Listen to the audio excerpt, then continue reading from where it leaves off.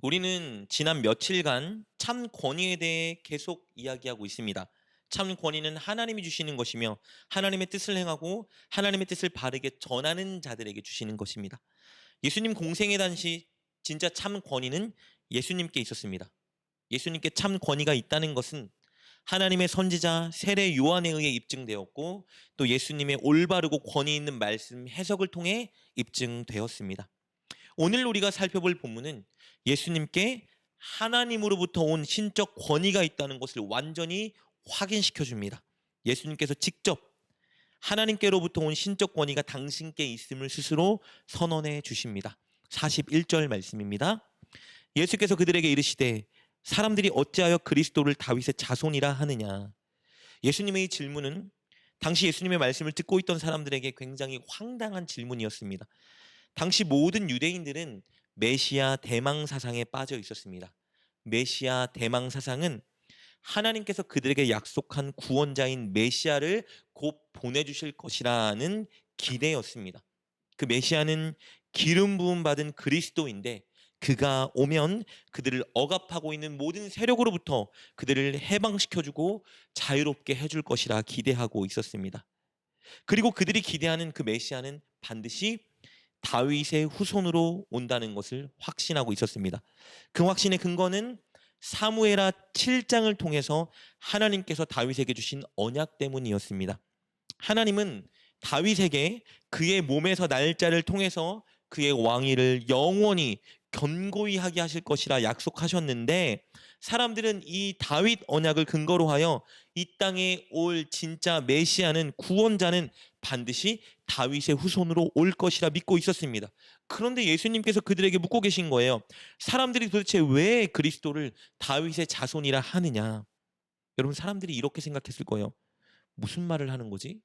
하나님이 분명히 약속하셨는데 하나님이 주신 다윗 언약에 근거하면 그리스도는 당연히 다윗의 자손으로 와야 하는데 왜 이런 질문을 하는 거야?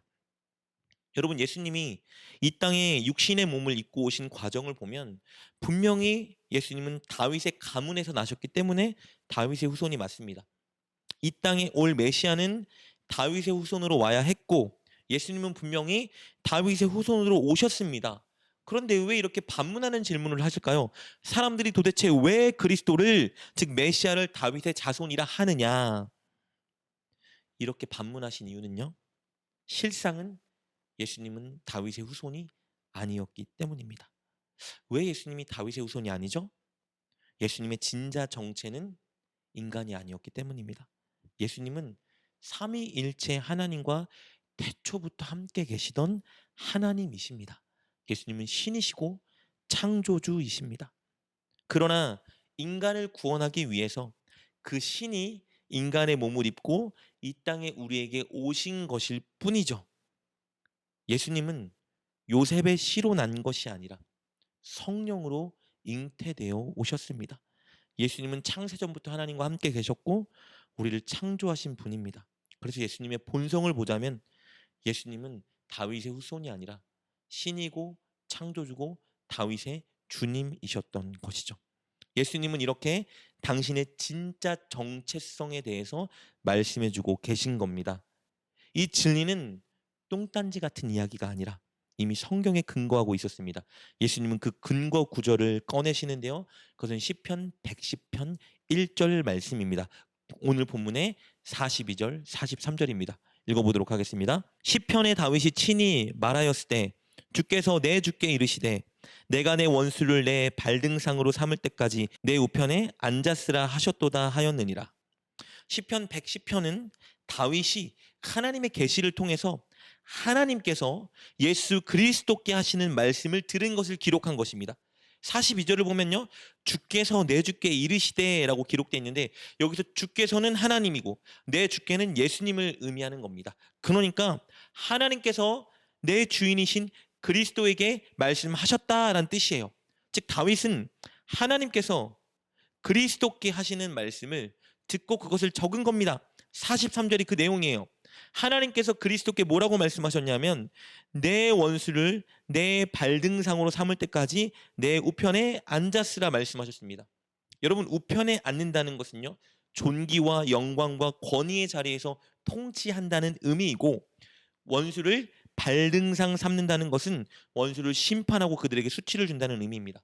즉 하나님께서 예수님께 최고의 권위를 주셨고 원수를 심판하게 하시겠다라고 미리 선언해 주신 거예요. 예수님은 이렇게 시편 110편의 내용을 바르게 해석해 주시면서 진리를 선언하고 계신 겁니다. 44절입니다. 그런즉 다윗이 그리스도를 주라 칭하였으니 어찌 그의 자손이 되겠느냐 하시니라. 다윗이 앞으로 그의 가문을 통해 올 그리스도가 그의 후손이라면 그리스도를 내 주님이라 주인이라 칭하였겠냐 묻고 계신 거예요.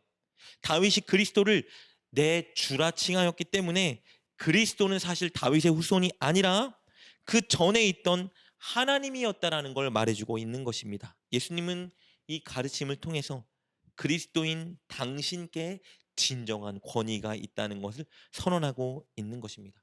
이렇게 예수님은 당신의 권위를 스스로 나타내시고 이제 당시 사회적으로 권위자라 일컬음받고 있던 종교 지도자들이 어떤 인물인지 밝히 드러내십니다. 예수님은 백성들에게 그들은 권위자가 아니라 말씀하시고 그들을 섬기지 말라 하십니다. 46절, 47절입니다. 긴 옷을 입고 다니는 것을 원하며 시장에서 문안받는 것과 회당의 높은 자리와 잔치의 윗자리를 좋아하는 서기관들을 삼가라. 그들은 과부의 가산을 삼키며 외식으로 길게 기도하니 그들이 더 엄중한 심판을 받으리라 하시니라. 당시 서기관들을 비롯한 종교 지도자들은 하나님의 말씀을 바로 해석하고 전하는 일을 맡았지만 하나님의 뜻과 진짜 말씀에는 관심이 없었습니다. 그들은 자신의 권위를 인정받고 자신을 드러내는 일에 힘썼습니다. 그리고 가난하고 약한 자들을 돕기보다 그들을 박해하며 그들의 것을 빼앗았습니다. 그러니 그들은 진정한 권위자가 아닙니다. 그들에게는 심판이 기다릴 뿐입니다. 이것을 예수님이 말씀해 주신 거예요. 오늘 본문은 이렇게 우리에게 예수님께 진정한 신적 권위가 있다는 것을 밝히 드러내주고 있습니다. 그리고 당시 종교 지도자들에 대한 예수님의 평가를 통해서 진정한 권위는 자신의 신분이나 직책에 따라 주어지는 것이 아니라 최고의 권위자 예수님 말씀을 따라 사는 자들에게 주어진다는 것을 배울 수 있었습니다. 진정 하나님과 이웃을 사랑하는 자, 특별히 가난하고 연약한 자들을 섬기며 돕는 자들에게 하나님의 신적 권위가 부어질 것입니다. 그리고 하나님 말씀을 잘 살아내고 잘 가르치고 잘 전하는 자에게 신적 권위가 주어질 것입니다. 사랑하는 여러분, 복음을 가지고 그것을 전해야 하는 우리는 신적 권위를 부여받아야 합니다. 저와 여러분이 늘 하나님이 주신 권위를 부여받고 살았으면 좋겠습니다. 그것을 위해서 늘 하나님을 사랑하고 연약하고 가난한 자들을 섬기며 돕는 저와 여러분 되었으면 좋겠습니다. 그리고 무엇보다 하나님 말씀을 공부하고 연구하고 묵상하며 실천합시다. 그 말씀을 전하고 가르치는 일을 살아냅시다.